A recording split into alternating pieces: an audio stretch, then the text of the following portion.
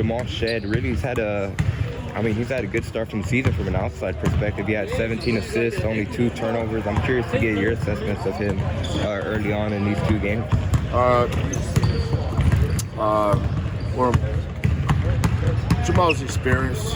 He knows what his job is. But he doesn't have, his turnover problems from his freshman year. It's like this one right here, right now, Emmanuel's, it's Dave Kingman. You ever heard of Dave Kingman? No. He had 50-some home runs one year for the Chicago Cubs and set a single-season strikeout record. Oh. So it's either strikeout or home run. Hey. And the thing that we emphasized our kids is singles. There's a lot of ways to score. You don't have to hit a home run. I'd rather have in basketball. The basketball game is a game of eliminating mistakes. It's not a game of great plays. And when Jamal got here, he tried to make a great play every possession. That usually doesn't work out. So what he's learned how to do is play more mature, make the simple play. Because at the end of the day, basketball is a simple game. In terms of your team's overall defense, you guys have done a good job of getting those 2 opponents to turn the ball over a lot. But I'm curious on the same aspect, how do you feel in those 2 games? You've seen your defense. I'm sure it's a constant improvement, but it's a process. It's November. We're playing 3 freshmen and some new guys. He's never been in that role. J1's in a role he hasn't been in. He's playing the 5. So he's still learning. Jarris was in high school last year. He's still learning. Tremont and Marcus didn't play, since December. So I don't have any judgments on there's drawn no conclusions or judgments. We just keep working and just get better. Every game we should show some improvement, but we're gonna make mistakes every game. Last I checked, these guys are human beings. If you cut them, they're gonna bleed. That means they're gonna make mistakes. What we've got to learn to do as we go forward is how to play through our mistakes and maybe work them at some point. On the topic of that process, it seemed like St. Joseph's, after that good start you guys, it seemed like they threw a whole bunch of different defenses at you guys. No, I only played 2 defense, man-to-man and 2-3 zone. Really? But, still being able to have that difference, I'm just curious how you feel your team was able to adjust in game to those no different. Northern Colorado played man-to-man and zone, so both games are almost the same. Here's our adjustment, Andy. When they go zone, we go zone defense, we go zone offense. When they go man-to-man defense, we go man-to-man offense. Simple game. Nothing complicated. Gotcha. Now, sometimes the zone looks good. You know when the zone looks really good? It's when you miss open shots. True. It's a simple game. Right.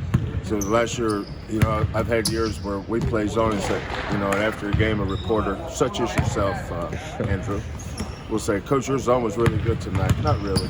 They just missed a bunch of open shots. When you miss open shots, the zone always looks good. Now, when you make those same shots, your zone wasn't very good tonight. It's a simple game. But we're still learning. I like our kids' attitudes and their work ethic. We have lulls in the game where we're maybe not play as well as others. If we're guaranteed 32 games. There's a good chance that's going to happen 32 times. In regards to that St. Joseph game, Jawan Roberts, he had 12 rebounds to go along with those 19 points. I'm sure you don't care about the scoring aspect, but those rebounds, that's something like you mentioned. He's always had that role just in terms of rebounder. Now, continuing to improve. What do you see from Jawan in these 2 games? Just playing his role. It's not about J1 as much as we're not a good rebounding team right now. We've got to continue to pound the rock and get better in that area. I expect us to get better as we go in that area, but what J-Rod does is just get used to it. When his freshman year, he had 14 rebounds against Boise State. So what he did against St. Joe's is not a surprise. That's what he does. He's an elite rebounder. But we got to get other guys invited to that party. It's not a party of one. It's it's a team party. Everybody's invited.